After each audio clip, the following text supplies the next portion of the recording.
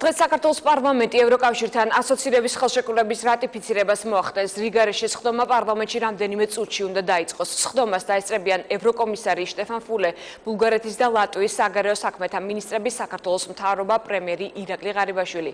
ქეთევან ქარდავა ჩაგორთვება პირდაპირ ეთერში უმაღლესი საკანონმდებლო ორგანოდან. კეთი, ბოლო დღების განმავლობაში ვრცელდებოდა ინფორმაცია, რომ პრეზიდენტი არ აპირებს დაესწროს სხდომას. ხომ არ არის ცვლილებები ამ გადაწყვეტილებაში? არა თამარ, ამ კუთხით არაფერი შეცვლილა. საქართველოს პრეზიდენტი გიორგი მარგველაშვილი საკანონმდებლო ორგანოში ქუთაისში დღეს არ იქნება. მინისტრთა კაბინეტის წევრები და დეპუტატები კი უკვე იკრიბებიან. სხდომა რამდენიმე წუთში უნდა დაიწყოს. უკვე მოვიდა ქუთაისში პარლამენტის შენობაში მთავარი ორი მომხსენებელი, საგარეო საქმეთა მინისტრი მაია ფანჯიკიძე და ეკონომიკის მინისტრი გიორგი კვირიკაშვილი. მათ უკვე კომენტარი გააკეთეს ჩვენთან ჟურნალისტებთან დღევანდელი დღის მნიშვნელობასთან დაკავშირებით. კეთდება დილიდან შეფასებები, ამბობენ, რომ ეს არის ეროვნული დღე, ეროვნული ოცნება, იდეა, იმის დამტკიცება, რომ საგარეო პრიორიტეტი ნამდვილად არის მთავრობის ევროატლანტიკურ სტრუქტურებში გაერთიანება და გააკეთებს ყველაფერს ხელისუფლება იმისათვის, რომ სამოქმედო გეგმა რაც შეიძლება ეფექტიანად და წარმატებით დასრულდეს და ამის შემდეგ უკვე ევროპელ პარტნიორებს ჰქონდეთ იმის იმედი და რწმენა, რომ საქართველო მზად არის თანამშრომლობის ახალ ეტაპზე გადასასვლელად. საქართველოს საგარეო საქმეთა სამინისტრმა დღეს ჩვენთან საუბრის დროს თქვა, რომ ის ვალდებულებები და პასუხისმგებლობა, რომელსაც იღებს უკვე დღეიდან ოფიციალურად საქართველოს ხელისუფლება, ისედაც უნდა გაეტარებინათ, უბრალოდ ახლა იმ განსხვავებით, რომ ამ გზაზე საქართველოს ევროკავშირი ფინანსურ დახმარებას გაუწევს.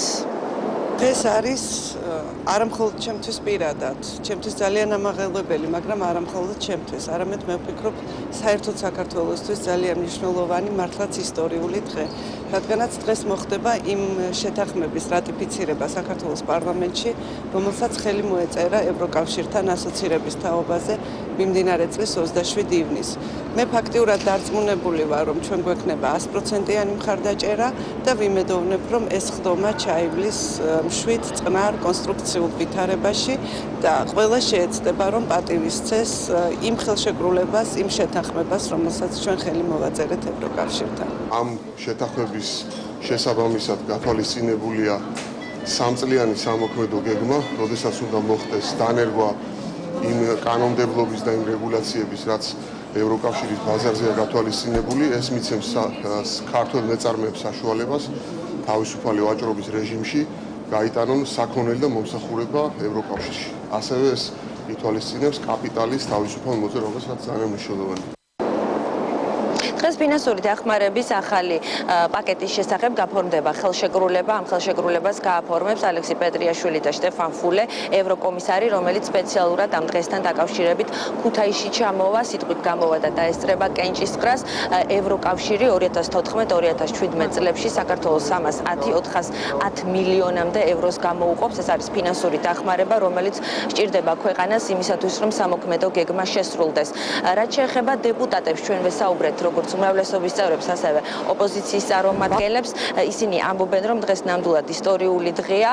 რაც შეეხება მათ პოზიციებს, ისინი კონკრეტულად ისაუბრებენ უკვე დარბაზში, როდესაც იქნება სიტყვით გამოსვლები. ოპოზიციის წარმომადგენლები ამბობენ, რომ საკუთარ პრეტენზიებს ისინი დღეს კიდევ ერთხელ დააფიქსირებენ პარლამენტში, ამბობენ, რომ შერჩევითი სამართალი არის თემა, რომელიც საქართველოს ხელისუფლებას თუ არ გამოასწორა, ნამდვილად შეუშლის ხელს ევროკავშირთან ურთიერთობაში.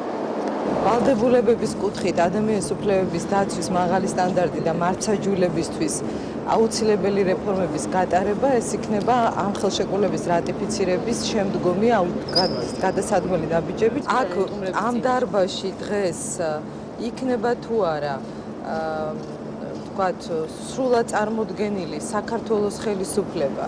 მე ვგულისხმობ მის ყველა შტოს.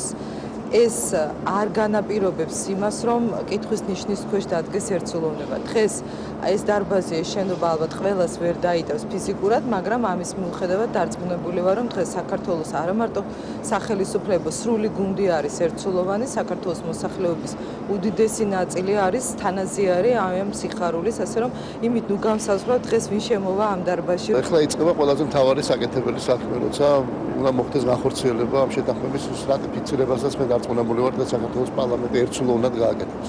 დღეს 12 საათზე გაიმართება სხდომა და დასაწყისი იქნება სხდომის.